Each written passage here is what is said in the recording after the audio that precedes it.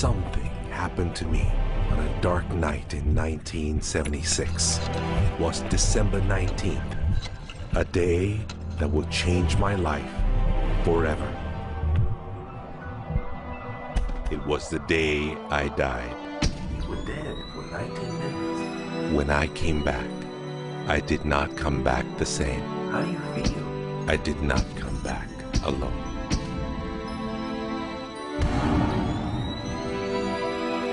What seemed like days passed in 19 minutes.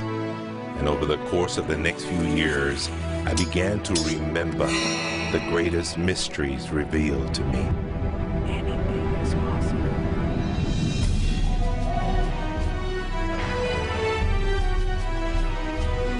I discovered a secret beyond any secret. The sum of all secrets. My eyes have seen the sun. You have seen nothing. It's out there. I will find it. You will find nothing. It's like Solomon's gold.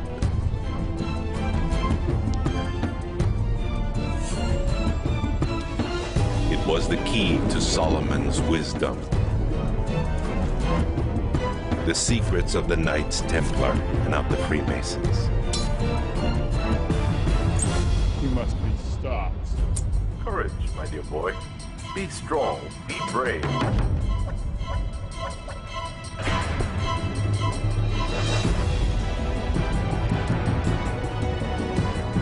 I challenged myself to find out everything I could. I found great teachers who knew this and began to seek them out.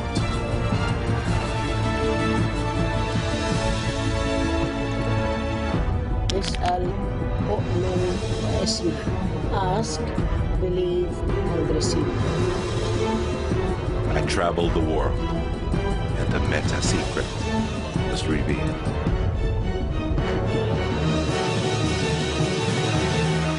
Time has come.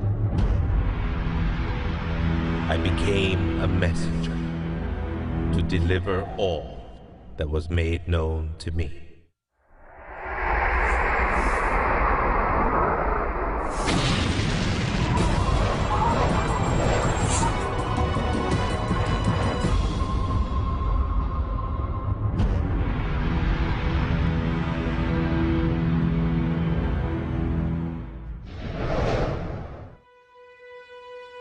Hello there, I'm Bob Proctor.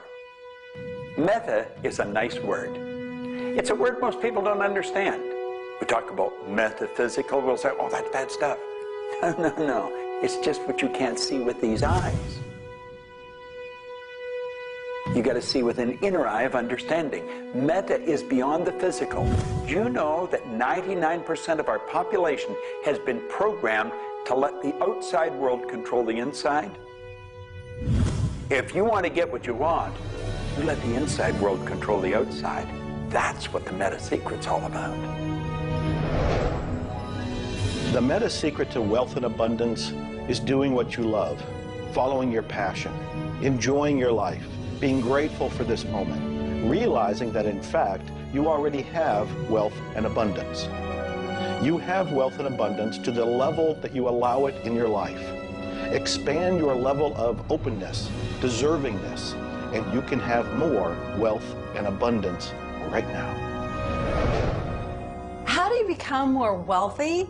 You become more grateful. Studies here in the U.S. show that grateful people earn more money and are better at innovation. So the first step to becoming more wealthy is become more grateful. Find the good in your world right now, and you'll take a first step to become more wealthy.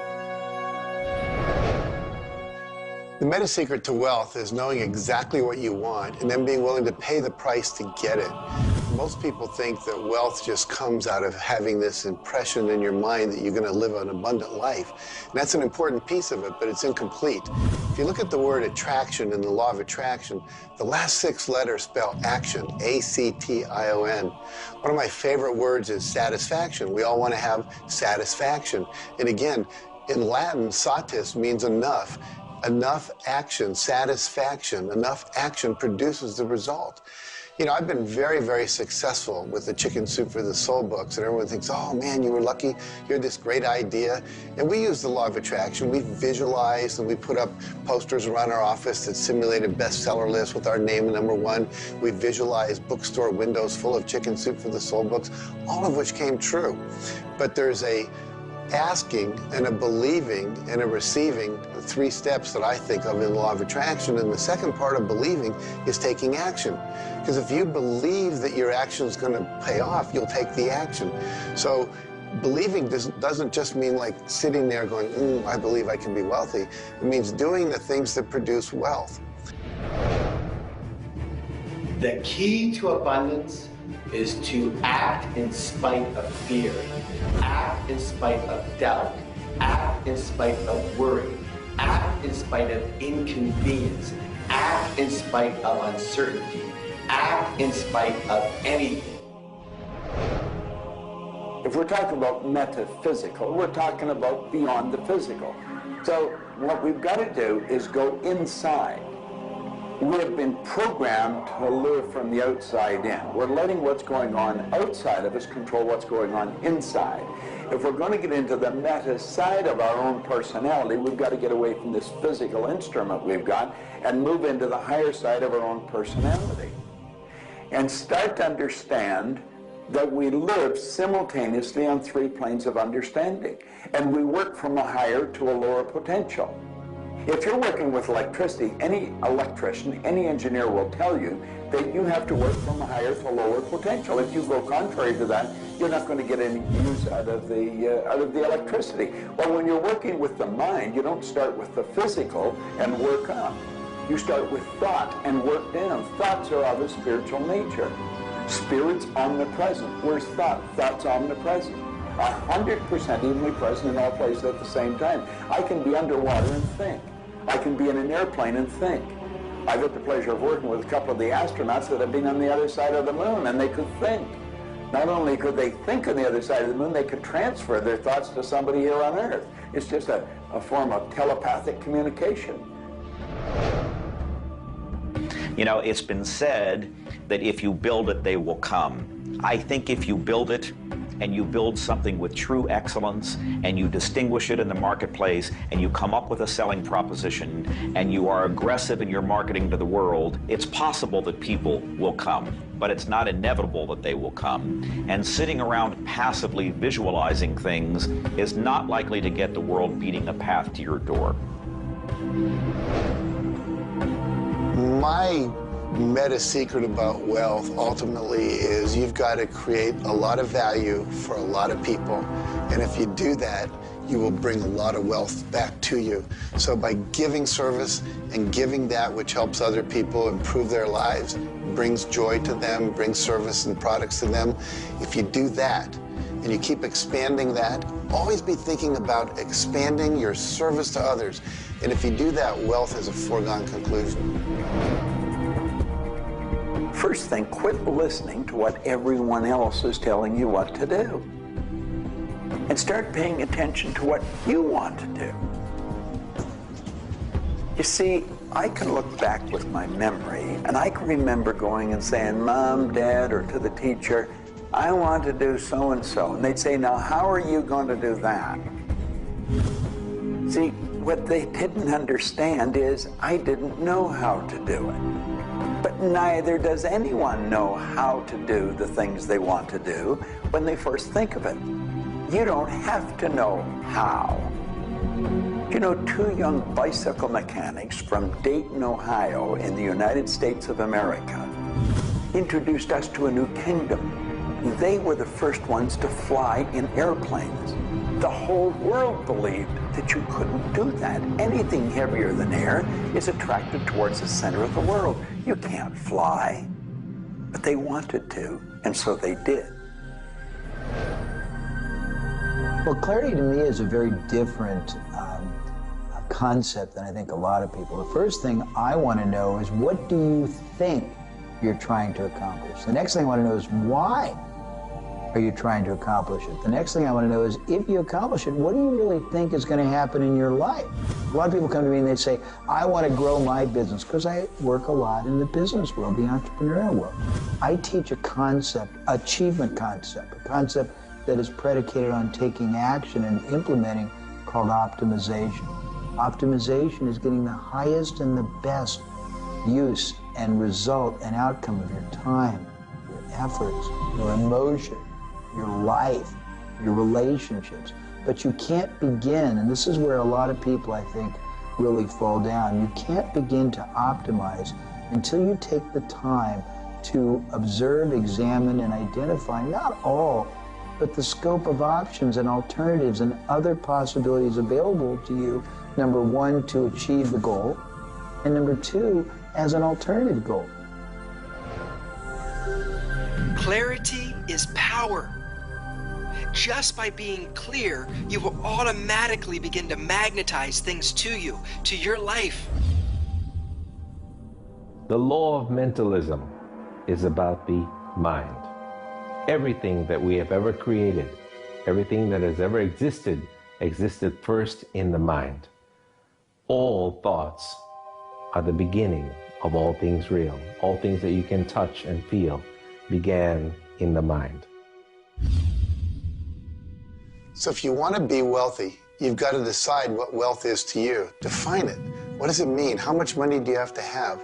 For me, financial independence meant having $30 million producing income, which allows me the lifestyle I want without having to work. And so I've achieved that. But I knew exactly what I wanted because I looked at what it would cost me to live my lifestyle. Most people don't know their net worth. They don't know their income levels of what would be required to produce what they want. They say they want to own a yacht, but they don't know what a yacht costs. They don't know what it costs for the slippage fee. They don't know what it costs to maintain a yacht. So go out and create your ideal lifestyle and then figure out exactly what it would cost to live it, and then set that number as the number you want to achieve. Then believe you can achieve it. Visualize it every single day. Take action when the action comes. Ask for what you want. Reject rejection. Give up any idea of failure. Just persevere until you continue on, until you produce the result you want. The law of attraction's a good starting point for thinking about how to improve your life. You want to align your thoughts and your beliefs with what you want your life to be. But the law of attraction itself, by itself, won't allow you to achieve the abundance that you need. There are certain steps that you need to take, and these steps are all incorporated in what we call the meta secret. And the meta secret isn't one solitary method or one solitary system. The meta secret is a combination of tools, methodologies, and ways to understand the world and ways to understand how we can change the world. Until I started looking at who I was and who I wanted to become, nothing changed. Because every time I would look and I would blame something else or blame somebody else or just look in a different direction that was not inside, I would get more of what I was creating. Because every time I created something, people would react to that. Every time I took an action that was blaming this or blaming that, people would react to that. And you know what? Then I would react to their reactions. And I was creating an environment that was busy. Instead, an environment that supported wealth and abundance. If you look around, there's nothing but the abundance everywhere that you see. You see the trees growing. You see businesses happening. This is wealth, this is prosperity, this is abundance. If it's not happening for you, it's because unconsciously you have beliefs, counter-intentions, negativity that actually blocks it from coming into your life. It's actually working the law of attraction all the time, but it's happening on an unconscious level. The abundance is there, the wealth is there, but if you don't feel it, if you're not expressing it, it's because inside of you, you may feel you don't deserve it. This is part of the unconscious work that has to be done in order for you to feel on a conscious, real, live, earth level what's happening with abundance and prosperity. Abundance, wealth is your natural birthright. If you're not feeling it, it's because of your unconscious beliefs.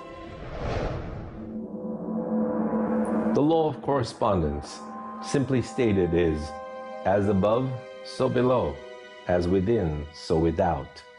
The law of correspondence is simply attesting to the fact that we are human creatures, physically present, but we have minds and we have spirits. So we exist in more than just one plane.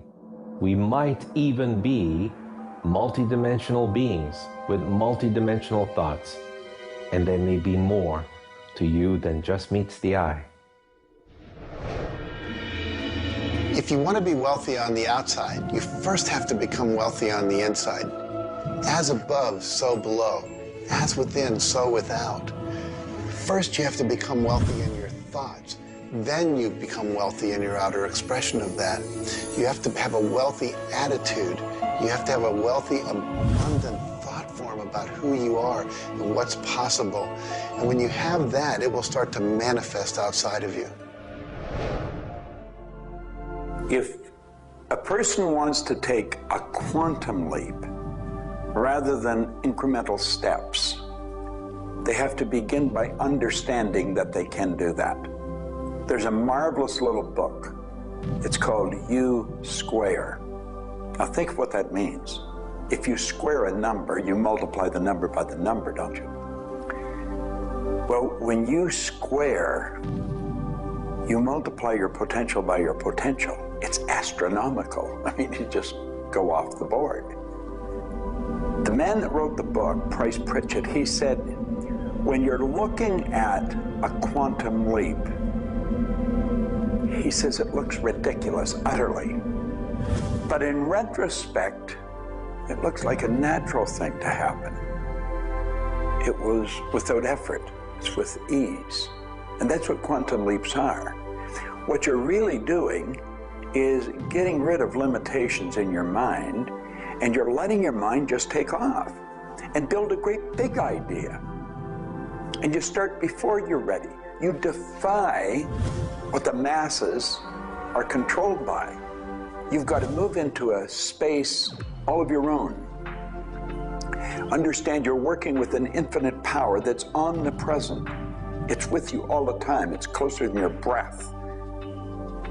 And you get in harmony with that and just release all thoughts of limitation and make up your mind you're going to take and just compound your effectiveness.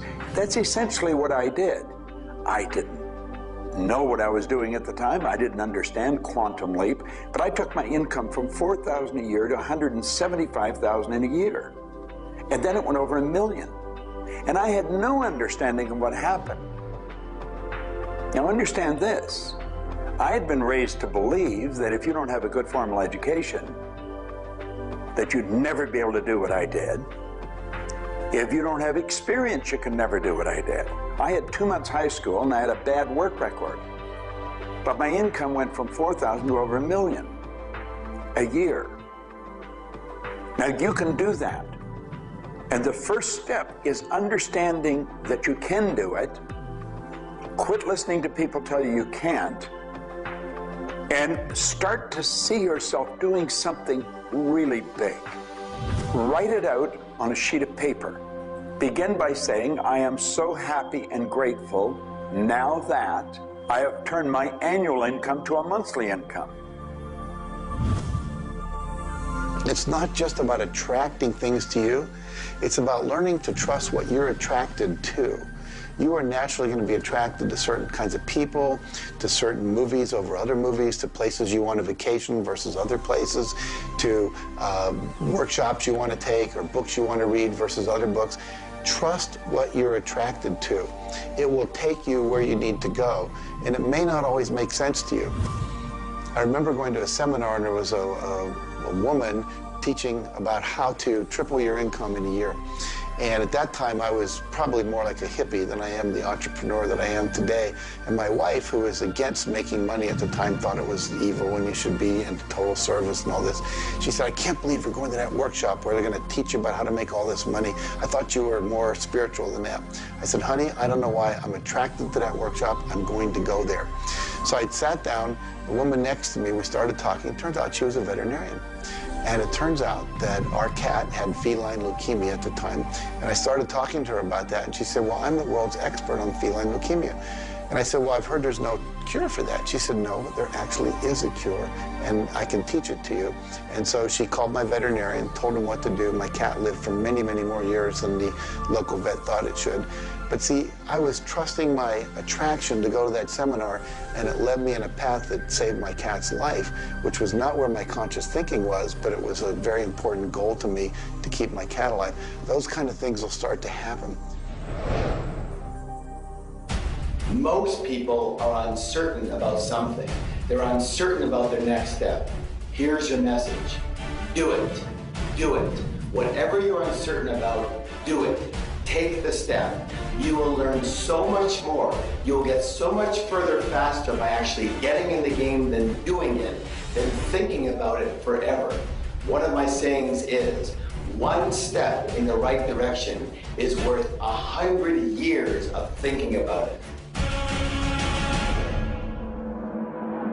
The law of correspondence, the law of mentalism, and the law of vibration all combine to help you understand that the notion of wealth is arbitrary.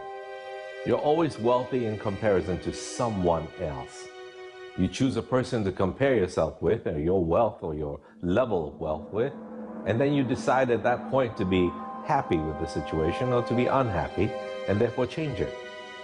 All of wealth is subjective. Understand this, and you understand that there's an ebb and a flow to your finances. The more comfortable you are with how you interact with the world, with the value you give in the world, with the service or the product that you give the world, then you begin to realize your place in the world.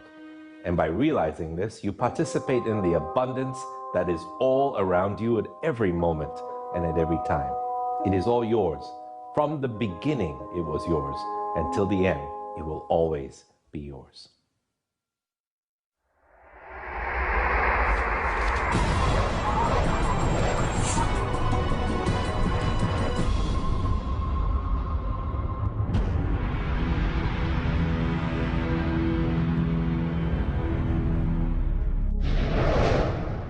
The meta secret to relationships is to know that the universe is giving you love right now.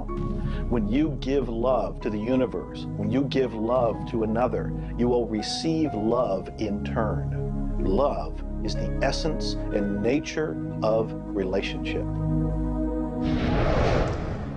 Relationships are a two-way street. It's not just about taking and giving and receiving and getting what you want, but it's also about giving.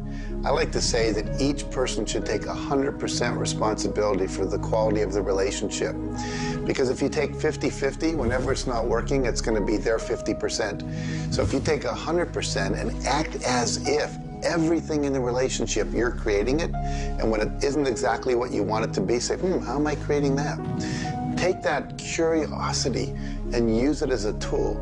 And when you get the answer like, oh, I'm not coming home on time, I'm not listening, I'm not doing this, then you have the opportunity to shift and do the thing that produces relationship. A friend of mine wrote a book called Making Relationships Work. And the idea is there is work in making the relationship work. So be willing to do the work. Give as much as you get. The more you give, the more will come back. To have a better relationship with anyone in your life, first you begin by having a relationship with yourself. Treat yourself the way you would your very dearest friend. Love yourself regardless of all the crazy shenanigans you pull. Believe me, I do this every day. So if you want a better relationship with someone else, love yourself. Relationships are part of what the universe is giving you as a gift. The first and most important relationship is the one with yourself. When you love yourself, you heal yourself. When you love yourself, you become a magnet that people want to hang around, and you begin to attract other people and new relationships. It's all based on love. It's all based on non-judgment. It's all based on total acceptance. The universe has a relationship with you right now, and the universe wants to give you more. Are you ready to accept it? The concept that I can't live without you is a tragic statement to me.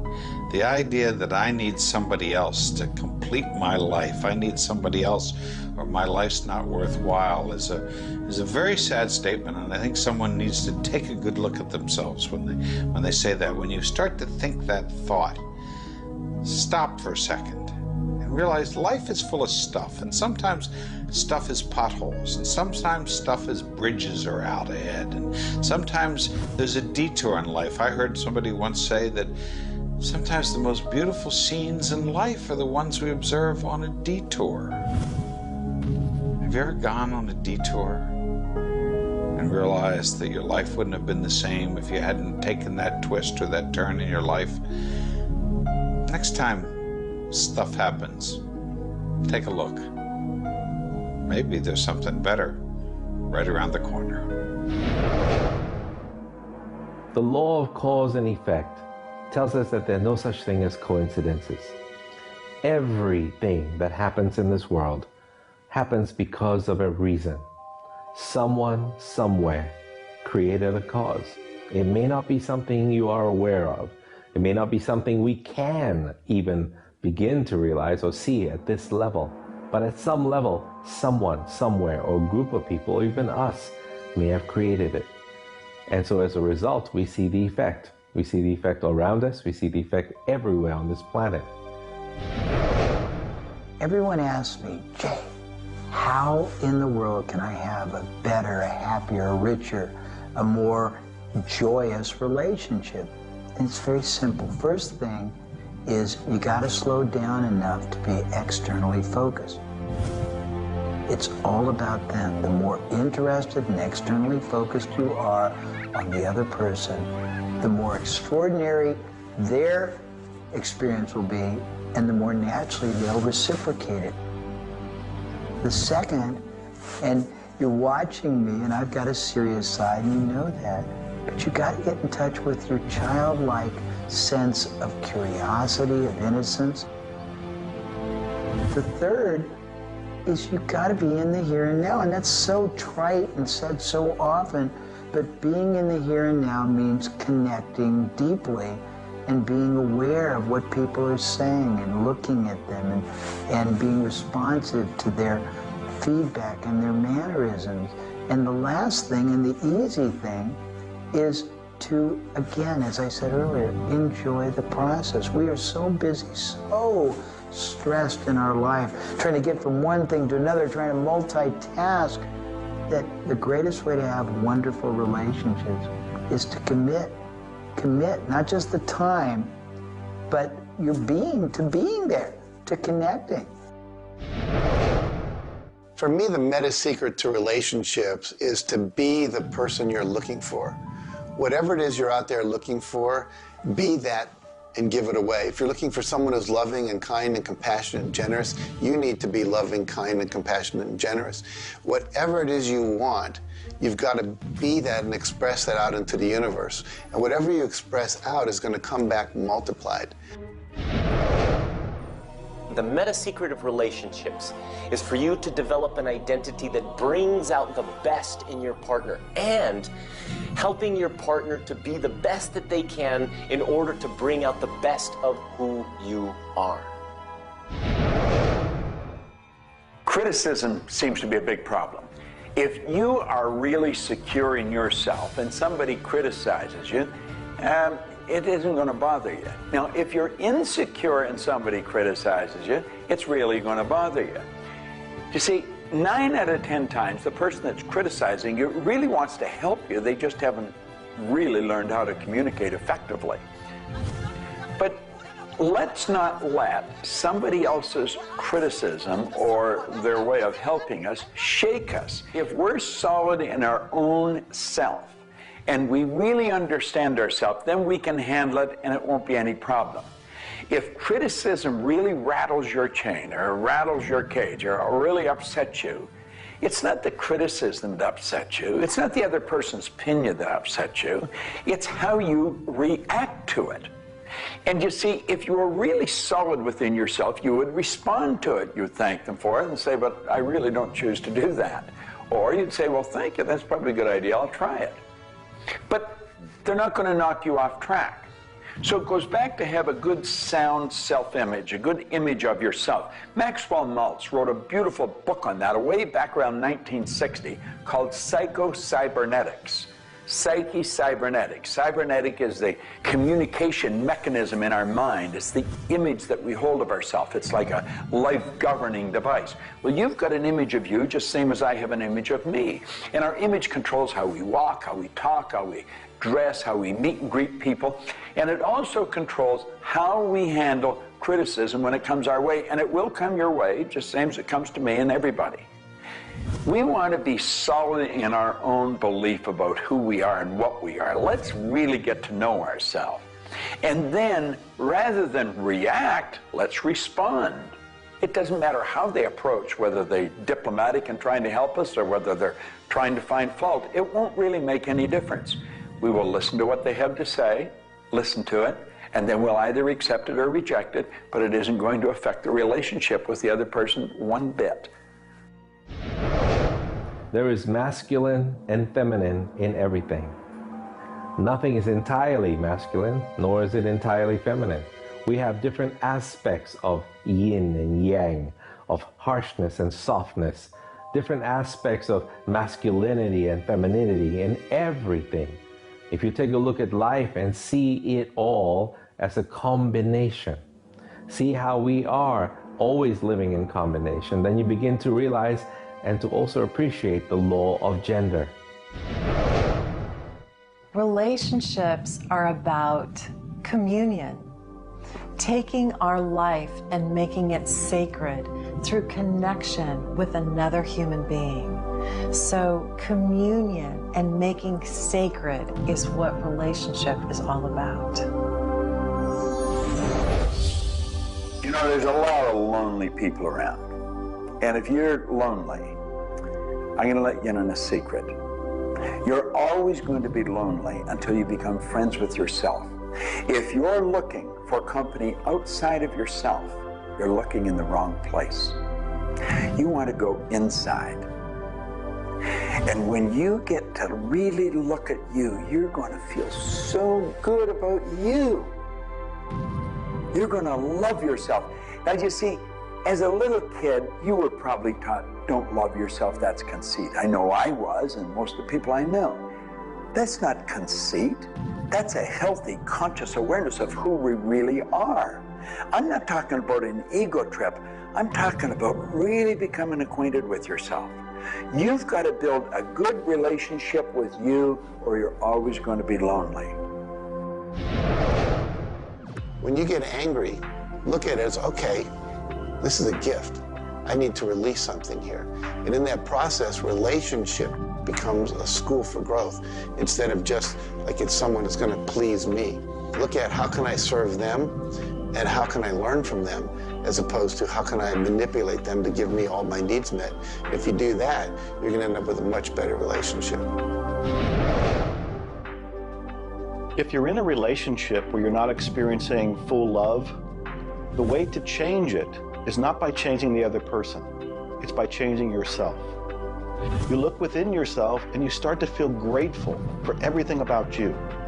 As you change your relationship with yourself, magically, the outside relationship will change as well. You will suddenly see it transformed. You will suddenly see that there's love in that relationship with that other person. But you don't change the other person. You change you. A lot of people spend valuable time in their life focusing on the past. I could probably spoil your week if I reviewed the first 26 years of my life. My life was a mess. And you know, at the end of 26 years, imagine living for 26 years and looking at yourself, you're unhappy, sick, and broke. I had a guy look at me and he told me I was one of the most miserable people he had ever met. And he was right. I was plain miserable. He said, you're always sick. I didn't have a terminal illness or anything, but I was always backache, headache or something, and I was always broke.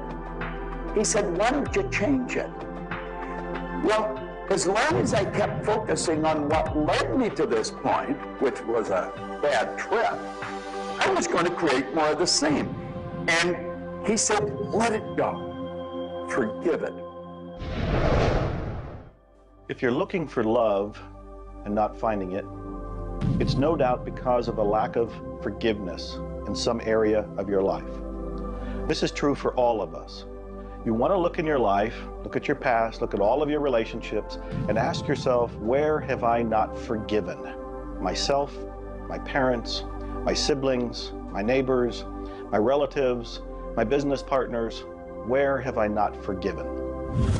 When you go and forgive, you release the energy that allows the law of attraction to bring new love and new relationships into your life. How do you do this? You look and ask yourself, where have I not forgiven somebody? Somebody's going to come to mind. It could be you. The second thing you do is say, can I forgive them? Can I forgive myself? Whether you say yes or no, you move to the third part of this, and you start to wonder, what made that person act the way they did at that point? What made me act the way I did at that one point? And you start to go deep into understanding the psychology of behavior, and you realize we're all doing the best we can, yourself included. At that point, when you can forgive yourself and you can forgive these other people, whoever it might be, for whatever may have occurred, when you forgive them, you release all of the energy that's been stuck psychically within your own mind and your body and your soul. And when that releases into the universe now has an open pathway to return to you new love, new relationships, new blessings. It all begins with forgiveness, and you can do that right now. When we talk about love, we're talking about the greatest word in the world. Leadership is a great word, but no word compares with love, because without love, you're dead. There's life in love. There's forgiveness in love. There's really everything. There's thankfulness in love. Now, the problem is learning where do we start, because we find sometimes in families there's no love. In marriages, there's no love. But we quit looking around. If we start learning, it begins with me. And when we start learning, we're not too loving ourselves. And it begins with your learning. To me, you could say you're loving, but unfortunately, you love people you like. Love has to be unconditional, loving those you don't like. Now, in my case, when my wife married me, she said she loved me. I told her I loved her. But as soon as we got married, I would say, I love you. She said, well, why don't you act like it? I say, I do act like it. She says, you have a funny way of showing it. I say, well, I love you enough to die for you. She says, try living a little. And so I discovered, as loving as I was, I didn't fit her definition. The law of gender, the law of vibration, and the law of rhythm. All of these figure in relationships. You see, love is a dynamic. Any relationship is a dynamic. When you are actively relating, that's when it's alive. That's when it's fun.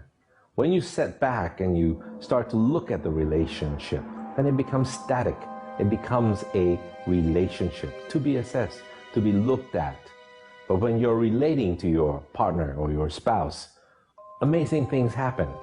It's dynamic, it's moving, it's alive. And that's what all love is supposed to be, alive, and so much more fun. Changes happen all the time. We change. Human beings change. You change, I change, we all change. But if you can change together in the same direction, amazing miracles take place. Words, feelings, thoughts are all aligned. And all of a sudden, you can take on any problem and it's not an issue. That's what relationships are all about. That's what relating is all about. That's what love is all about.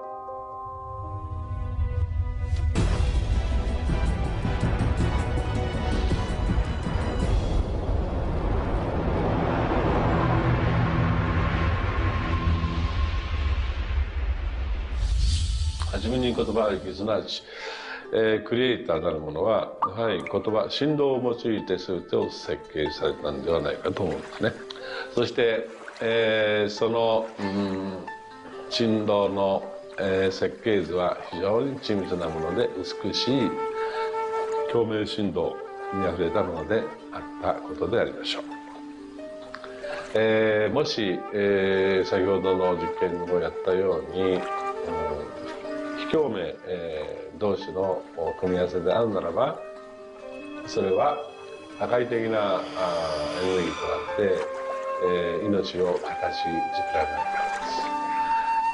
私たちの体は最終的にクリエイターの、いろいろな、試行錯誤によってだんだんこう単純なものから、微生物だとか海の中のものだとかそういうものから、小動物始まって複雑なものになっていって、最後の芸術作品として、クリエイターなるものが作られた結果、私たちはあるというふうに思うんですね。その本来の設計というものが、バランスの取れた振動の組み合わせというものが、何らかの要因によって崩れていくときに私たちはストレスを持ち病気になっているんだというふうに考えています。As you've already seen from Dr. Masaru Emoto, water makes up 85% of our body, and the thoughts we think actually create a vibration in the water that has memory. And so you have to think positive thoughts. Again, we go back to forgiveness and letting go, thinking positive thoughts, expecting to be healthy, not listening to what people tell you, not taking in beliefs. I have been out in the sun my whole life. I've never gotten skin cancer, don't intend to get skin cancer, and when stuff comes on about it, I choose not to listen to it because I know that belief would affect me. So I believe that I am a person that my spiritual connection keeps me healthy. Also, though, I work on the level of the physiology of the body, the biochemistry. It makes sense to play at that level. I eat organic food. I drink healthy water that's not contaminated with chlorine and all the stuff they put in it, so I filter my water.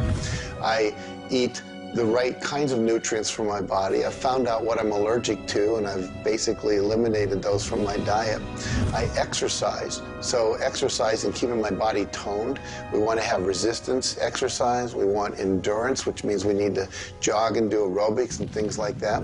And we need to have flexibility, things like yoga and Pilates. So we need a complete system to keep our body healthy. And then the detoxification, I think, is the part that most people don't do enough with. We are taking in so many toxins in the air we breathe. But if you will cleanse on a regular basis, I cleanse every Monday. I just do a cleansing diet where I just drink liquids and then I don't eat anything else, and my liver has a chance to get rid of all the toxins that are in my body. I want you to understand that you have a marvelous mind, and you can do anything with it, and don't ever listen to anybody that tells you you can't. You want to start to look at yourself not as a body or as a name. Like, I'm not Bob Proctor. Bob and Proctor are just two words. You've never heard anybody phone into school and say, body's not coming today, it's sick. Never hear anyone say, hand, it's my hand, my body, my name. Well, you see, there's something wonderful about you and something wonderful about me, and it's the same thing. We have a marvelous mind. We're creative beings. Talk to your body. You're not a body, you live in a body.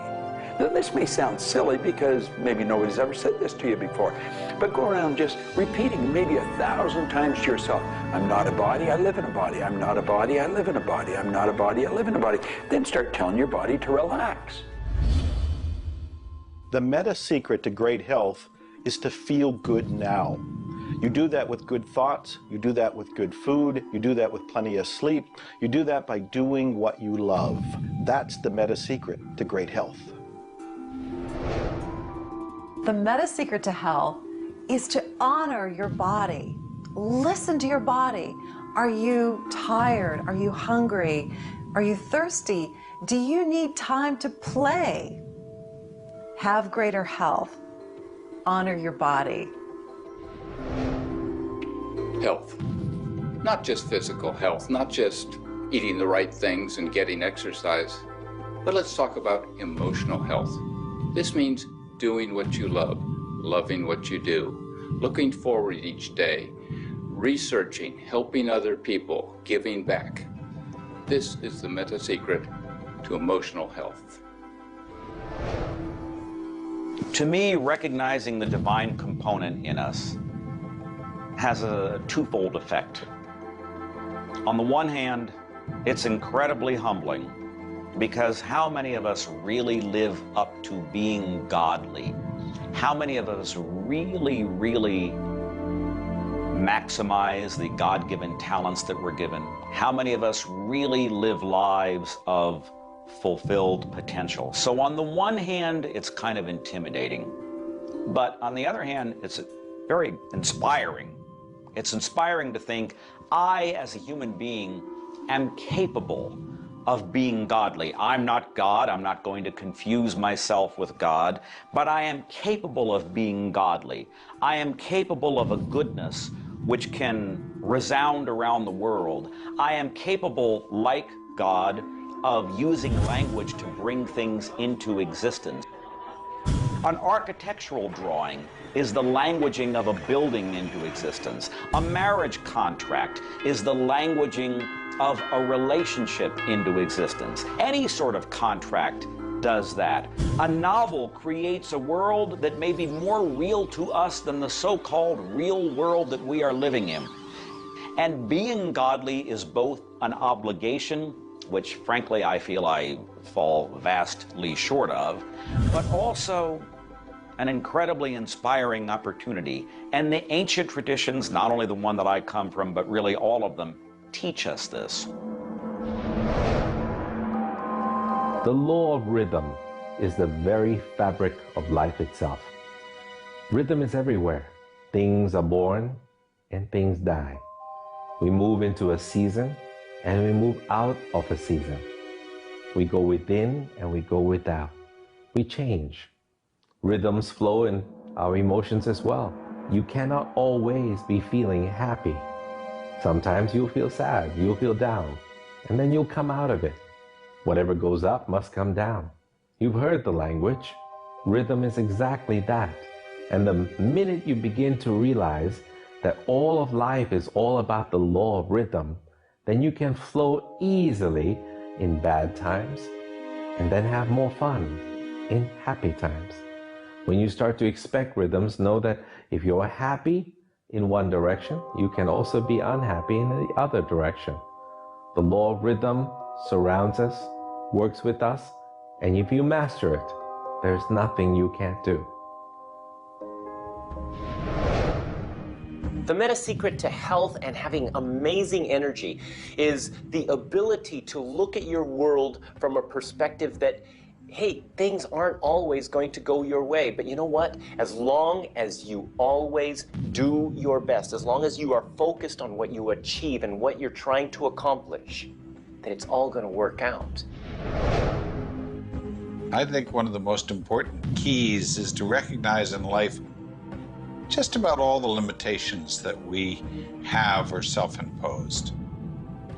To realize that is the greatest breakout, the greatest. I talk about staging jailbreaks in your life, breaking out of the mental prisons, getting over the walls of the self-imposed impossibilities in life. And it is remarkable what happens when you realize, take a look at what really is holding you back. And very often, almost all the time, it's you. It's you. The power lies within you. See, humor is good. It really is. I don't really understand what it does to you, but I know it does something to your brain. Norman Cousins, who's gone now, but lived a long and very, very effective life. And he had been diagnosed with a disease, and it was killing him. He was literally dying. And one day he got thinking to himself, if sadness and sickness are hooked together, then happiness and health must be hooked together. And so he had people bring in old movie films of Laurel and Hardy and all kinds of different old actors, funny stories. And he started to play them. They made him move out of the hospital. So he rented a suite of rooms in a hotel. And he had these movies playing all the time. And he was laughing, a real belly laugh. And he got better. Now, I think you know when you're laughing, you're feeling good. Start to laugh at yourself. When you make a mistake, laugh at yourself. Don't get serious with yourself. It plays a very, very important role in a healthy, relaxed life.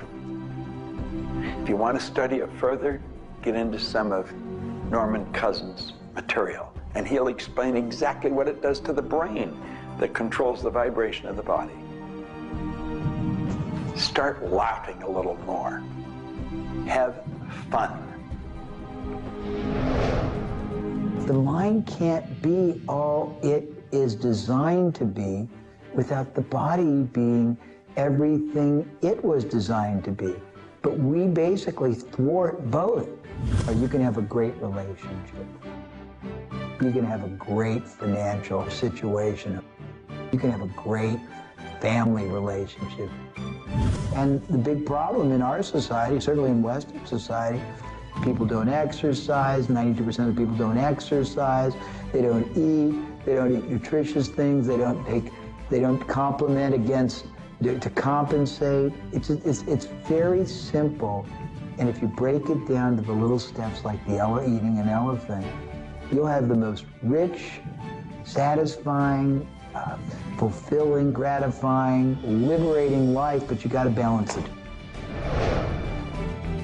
Health is all up here. All I know is right now, I don't have a voice, I don't have good sight, I don't have a hearing.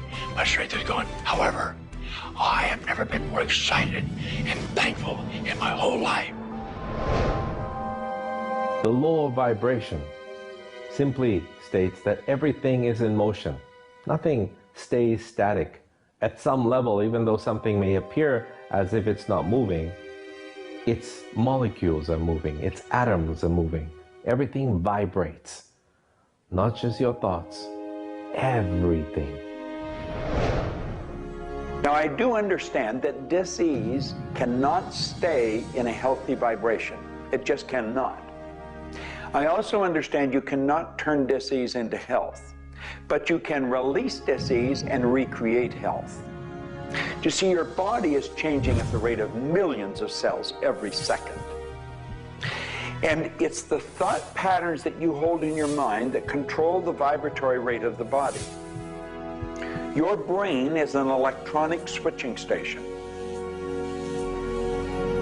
There's all kinds of material written on thought, on attitude, and on health. And I do know this. If you are suffering from a physical disease, quit talking about it, quit thinking about it. Go to a very competent medical doctor and follow that person's advice, because he or she will tell you what to do physically, but at the same time, instantly begin visualizing every molecule of your being in a harmony with the law of vibration. Now, I would have an affirmation that I would repeat. I am so happy and grateful now that every molecule of my being is vibrating in perfect harmony with God's laws. My body is getting healthier and stronger and more vibrant every minute of every day. And repeat that. Treat it like a mantra. I can't predict what's going to happen for you personally, but I do know that hundreds of people, if not thousands of people, have experienced healings and cures by beginning to change their thoughts about what's going on in their body. In my book, The Attractor Factor, I talk about a person who had cancer. She experienced the idea of forgiving everybody and everything in her life, and she went through the process of doing that, working with a coach. She then went back into the doctor's office. They opened her for surgery, and there was no cancer. It was gone. By forgiving everybody in her life, including herself, she transformed her body. She reached this place of healing and this place of peace, and as a result, she experienced a cure. If you're finding yourself sitting here watching this and you're ill, you've got a chronic condition, you're sick, what you need to do is a couple of things. Number one, you need to first work on your attitude. You need to believe you can get healthy. You need to not believe anyone who tells you you're going to die, or it's terminal, or it's going to take a long time. Literally, we know that we can get rid of a disease in minutes, in literally minutes.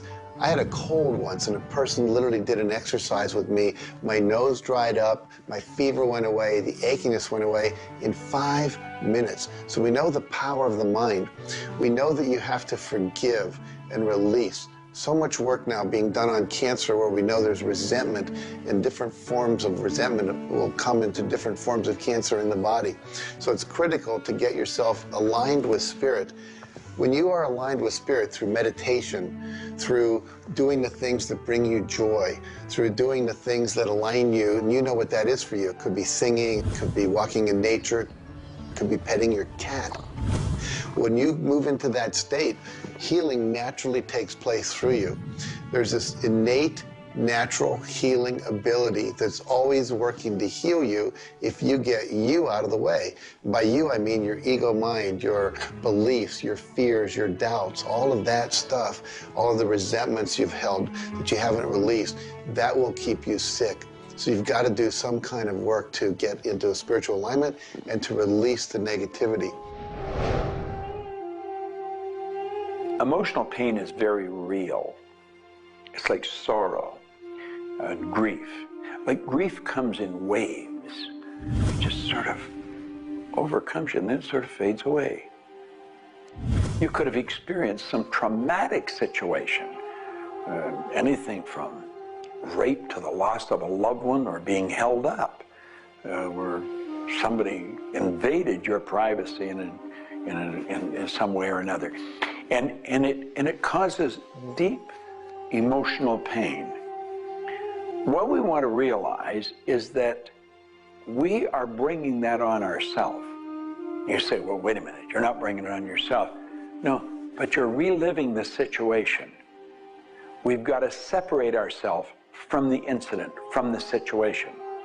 We've got to realize that it's a very real part of life and attempt to separate ourselves from it and deal with it as best we can and then let it go. Otherwise, we're going to carry it with us and we're going to keep experiencing it over and over and over again. どうやってわかるか。振動という、まずそもそもその水の結晶とは何かということになりますけどね。結晶というのはやはり情報だと思います。で、情報というのはバイブレーションですね。で、バイブレーションのデザイン家が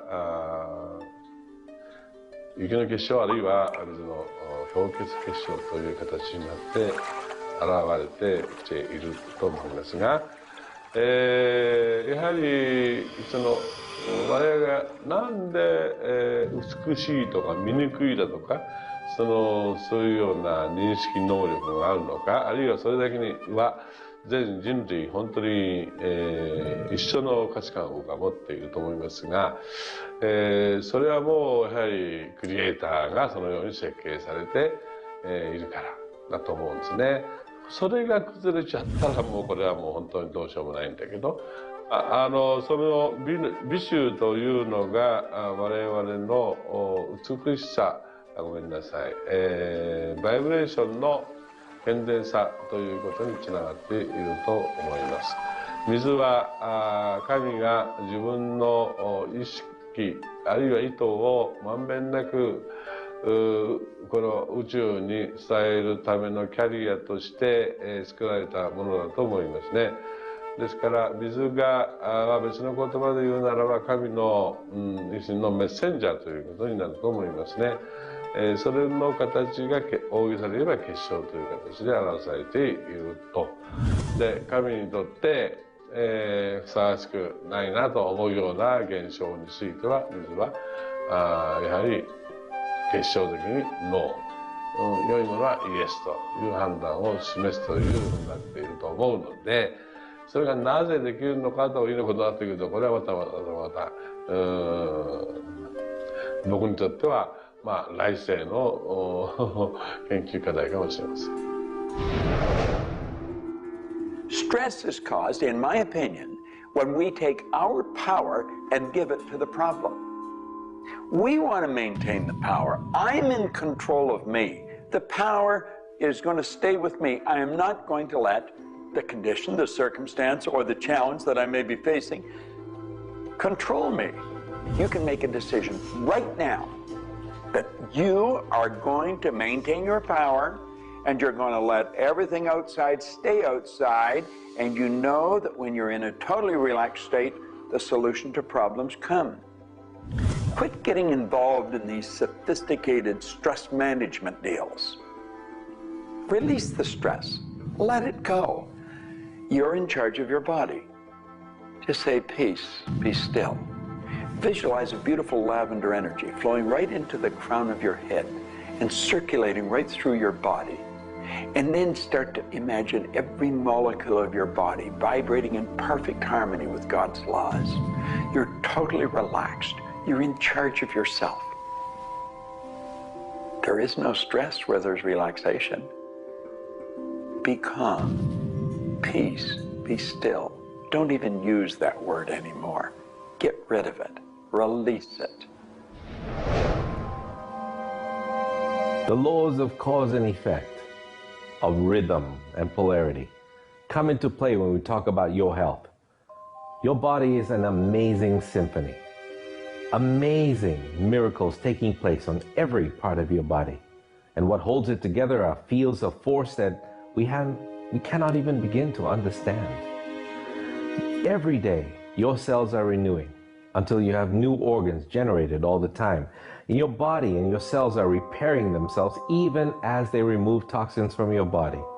I can't help to wonder sometimes if you gave that entire symphony a wonderful environment filled with fields of happiness and radiant joy and vitality, how that growing, renewing process might work a little bit better, sort of like happy children in a playground.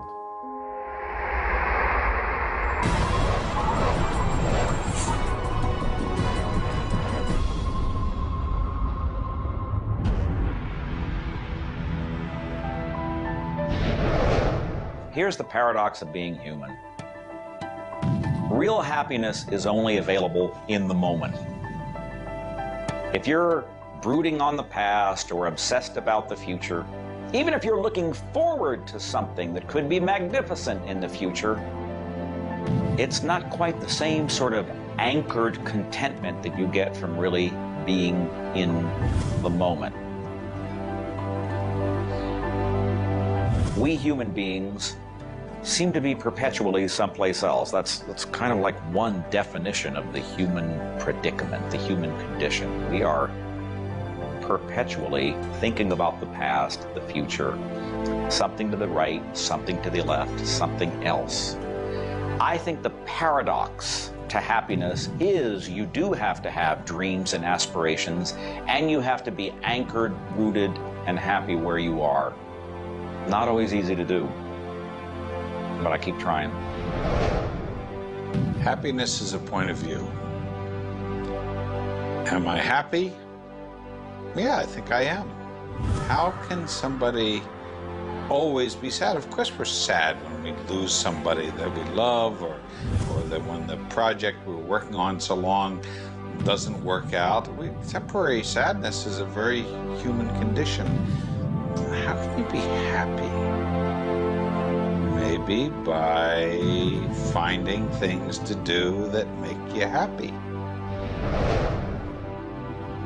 You see, if you're miserable, your mind is focused on the past. There's a method concept. Get you over any miserable concept in a heartbeat. Focus on right now. See, you're miserable because of something that happened that you didn't want to happen, or something she said or he said or they did. Forget it. It's in the past. And quit worrying about the future. Have you any idea the number of electrical charges must fly through your body for the simple object of writing your name? See, your brain is an electronic switching station, and you've got one. And you can activate brain cells. You can set up any vibration you want. If it's a negative vibration, you're going to be unhappy. If it's a positive one, you're going to be happy. Every brain cell is a positive and a negative pole. Everything that you look at is going to be impregnated into cells in your brain. Now, you're either going to look at the positive or the negative side of it. What side do you want to live in? I choose to look at the good side of a situation. Put yourself in a good vibration. Think of the blood in your body. Do you know it circulates through hundreds of miles of passageway every 33 seconds? It carries all the food in and all the garbage out. You've got more power in your little finger than you need to light up your home for the year. There's about 11 million kilowatt hours per pound of potential energy locked up in your body. And you're probably saying, I haven't got any energy. That's because you're miserable. Get out of it. Get over it. Focus on now. One of the most important things you need to do in your life is discover your life purpose. I believe that everybody is born with an individual and unique purpose. And when you are doing your life purpose, when you're living it, expressing it, fulfilling it, you're happy. And so many people have talked about joy being your guidance system, that when you're off purpose, you're not happy, you're not joyful. And so this joy, this inner experience of happiness and joy is a way of saying, oh, I'm on course, I'm doing the things I'm supposed to do. Stephen Covey said, you know, you don't want to get to the end of life and get to the top of the ladder and find out the ladder was leaning against the wrong building. You can be very, very successful. And we see people with all the cars and the toys and the money and the society recognition and so forth, but they're not happy because they're not fulfilling their purpose. Think about it like this. A rose has to be a rose. A chrysanthemum has to be a chrysanthemum. A geranium has to be a geranium. And yet we as people have been given choice. The choice to pursue any number of things and do whatever we want to do. But unfortunately, most of us have been talked out of our purpose. If you want to be happy, come back into this moment and do what you love in this moment. You should absolutely work toward improving your life, improving the world, improving your relationships, improving your finances. Every sort of conceivable improvement at a micro or macro level should indeed be your agenda. But if you are not happy with things the way they are, then your happiness is perpetually on hold pending a condition that doesn't exist yet. If you do that, you will never be happy. You have to realize that the point of power in your life is in this moment. People think about the future and they throw their power into the future. There is no future. When it gets here, it's called now. It's called this moment.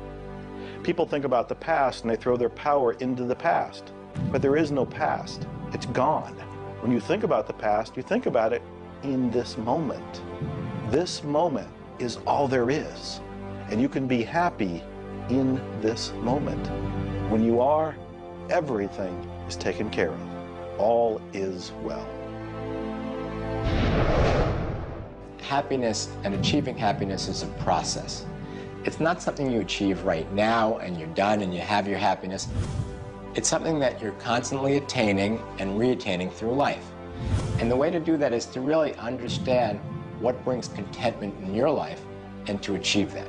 And one of the key things to remember in terms of happiness is that part of this process is sharing happiness with other people. The more we share happiness and the more we teach other people how to bring happiness and fulfillment in their life, the more we'll be happy and fulfilled.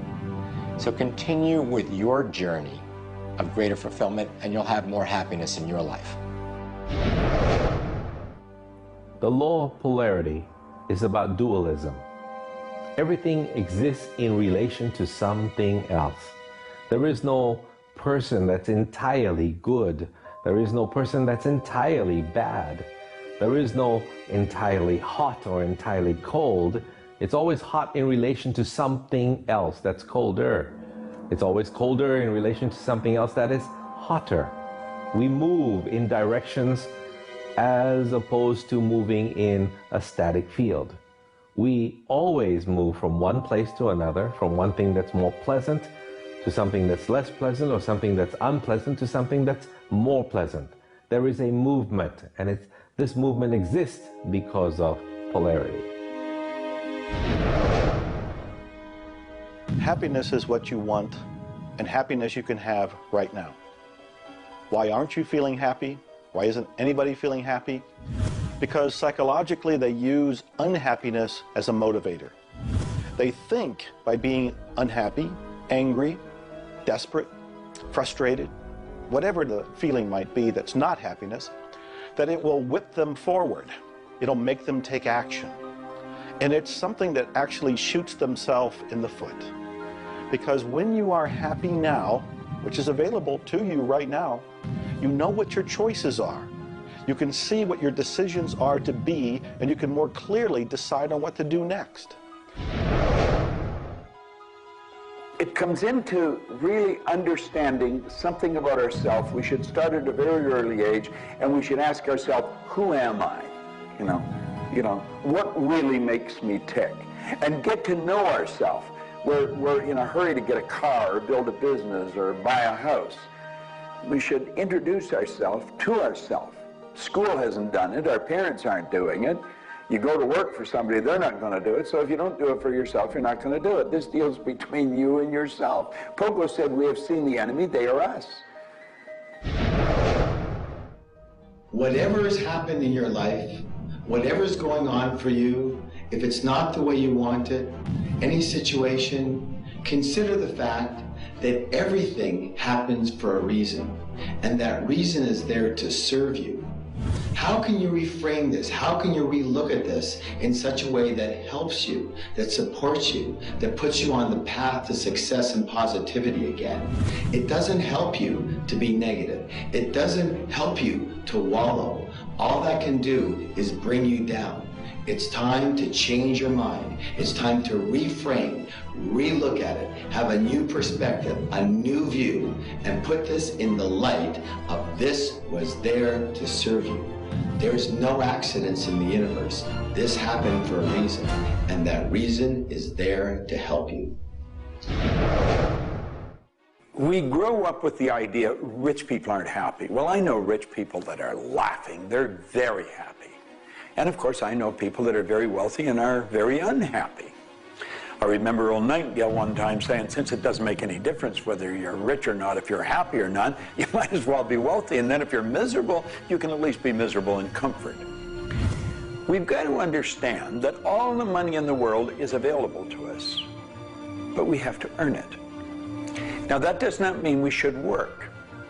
This is where the meta secret really comes into play. Working happens to be the very worst way to earn money.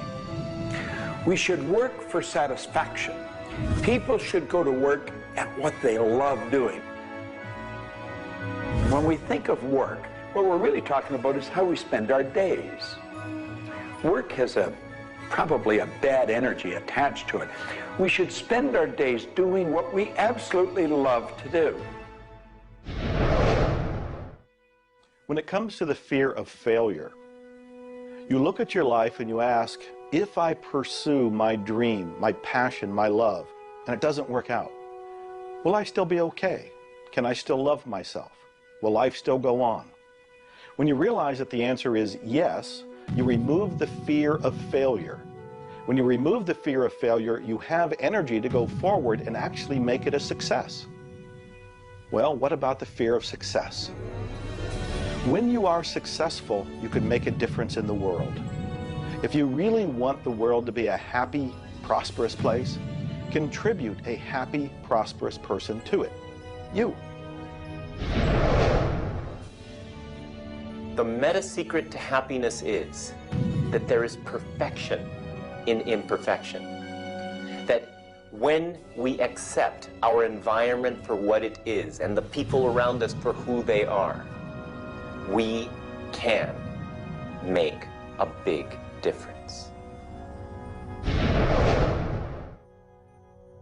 Happiness. What makes you happy? Everyone is not the same. For me, it's research. I love researching and writing and putting multimedia programs together. And this allows me to do something else that I love, traveling the world.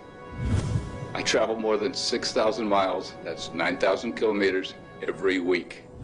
I've been to more than 52 countries. I board an airplane every 2.5 days. I've been around the world more than 16 times in just a couple of years. I enjoy that. Meeting new people, meeting new audiences, helping people. What makes you happy? That's what makes me happy. A key component to lift yourself out of depression is human connection. Go connect with another human being. Another powerful tool is movement. And a third is laughter. Go play and have some fun and watch your spirits begin to lift. The meta secret of life is to realize that the journey is the thing. I believe the first thing a person should do is establish a purpose. Why are you even here? Why do you get out of bed in the morning? Why are you living? I honestly believe every one of us are hardwired to do something. So how do you decide on your purpose? You decide on it by asking yourself, what do I really love doing? So you have your purpose. This is what you're going to do with the rest of your life. And then you build a vision. Then your goal is taking a bite out of that vision. Now, when you do that properly, you're going to love what you do. When you wake up in the morning, you can't wait to get going, and you're going to be doing it until you go to bed at night. Therefore, all of your day, all of your hours are filled doing with what you love to do. That's called living. Everything else is dying. See, there's a basic law of life. It says create or disintegrate. You're growing or dying. Find out what you love, dedicate your life to it. Most of us, when we approach happiness, are looking for someone out there to make us happy, some event to occur, and then we'll be happy. If I get to the retirement stage, if I get my car, if my wife is nice to me, if my son comes home on time, then I'll be happy. The truth is, happiness is an inside job. It's a choice. When I have an expectation on how someone else should be, I've given my power over to them. What I want to do is simply learn how to create joy and happiness inside myself. And we can do that in numerous ways, by doing the things we love, by focusing on the good qualities in ourselves, by choosing to focus on the good qualities in others instead of being judgmental. Once we realize that happiness is an inside job, and I get to be as happy as I choose to be, not as happy as other people make me, the reality is I can move into a state of pretty much constant joy and bliss. Stuff happens. Life happens. And then you get to choose. Look, you have a mission to do. You have to find meaning in your life, and you have to share it with others. There's a whole world out there that is suffering, that is in survival. They are grieving and they are hurting.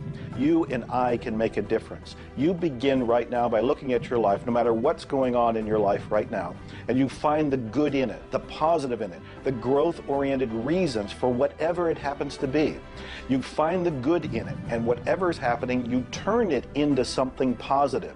You turn it into something good, and you go and share it with the world. You will become an inspiration to others. People model other people's behavior, and that's how the world changes. You be that inspiration for success. You be the model for change. You be that person that has meaning in their life, and you will give meaning to yourself and others. It all begins with you. You have always had, you have at this moment, you will always have in the future, the power to achieve, to accomplish, to have anything and everything you want in the terms of monetary wealth, prosperity, in terms of health, in terms of happiness, relationships. However, it will never, ever occur until and unless and until after you first are clear on the specific goals. Number two, you are very clear on the action steps. Operative word is action steps you have to take.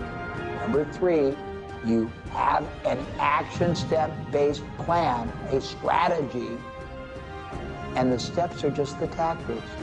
You implement it in a timely, regular, scheduled way.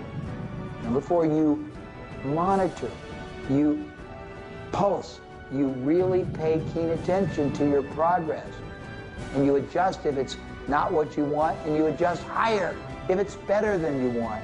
And number five, you focus on other people's benefit. You don't be self-consumed.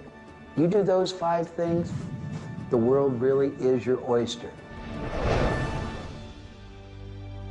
Do you know, you find people that are quite comfortable with what's termed uncertainty. The truth is there isn't any uncertainty. There's only the law. And the law decrees that everything happens the way it's supposed to happen. If we build the image in our mind of what we want, and we're true to that image, that'll control the vibration we're in, that controls what we do, and it controls what we attract. Now, the problem is, we let that image get out of the way every now and then, and we're controlled by something outside.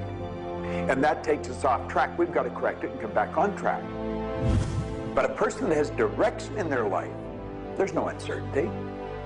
There's only good stuff coming. It's stuff that's going to cause the image in our mind to move into form. And so we wake up every day wondering what part of it's going to show up today and where's it coming from and who's going to deliver it. Every day holds something really good for us. Alfred Adler, the great psychologist, said, "I am grateful to the idea that has used me." I love that. Get a big idea and understand that you're going to see it move into form, and that's just as certain as the night following the day, because that's governed by law too. The laws of correspondence, of vibration, polarity, and rhythm come into play when you talk about the meaning of life and happiness. We make our happiness dependent on what other people can do for us instead of what we can do for ourselves. You know, there's a concept they don't teach you in school. It's called enough. Sometimes what is enough for one person may not be that way for somebody else, and we want more. And when you want more, you're setting yourself up for disappointment, because not always will you get more. Sometimes you do, but it's not all the time. I don't know who told us on this planet that everything is going to go our way. Sometimes things will go your way, sometimes they won't. We've got to learn to accept this. That's the rhythm and the flow of life. All of life is filled with possibilities. And when you see possibilities, well, it allows you to accept failures as not final. Failures are learning lessons. The American Indians, the Hopi Indians in the Southwest, well, they have a belief. Every day they wake up and pray to the Great Spirit, and they say, "Oh, Great Spirit, allow us today, this day, to make 20 mistakes." You see, they believe that by making mistakes, by failing, you actually learn more. You add to this wonderful fountain of wisdom that is called you over a period of time. And if you don't fail, they say, you don't learn anything. So how many times have you failed? I know I have failed a lot. But over the course of the years, I also knew something that was different. And that was that I was responsible for my own happiness. I knew that there was laughter everywhere, but I also knew that if I wanted to participate, that laughter has to come from inside, not from outside. And that's the nature of spirit, and that's the nature of who you are, and that's the meta secret to everything possible. This is our home. We have nowhere else to go. Earth gives us everything we need to celebrate life. Everything you do will either hurt or heal our planet.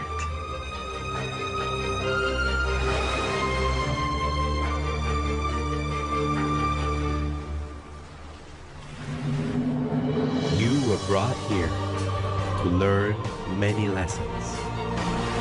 To learn how to love who you are, where you are, and the people you surround yourself with.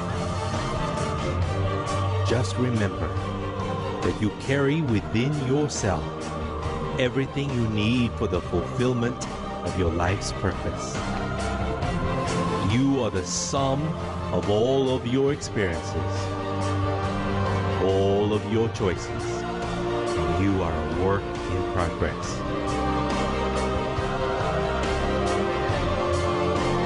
You deserve more happiness, more love, more joy, more abundance, and especially more fun. Life was never meant to be a struggle. You were meant to participate in this grand miracle called life.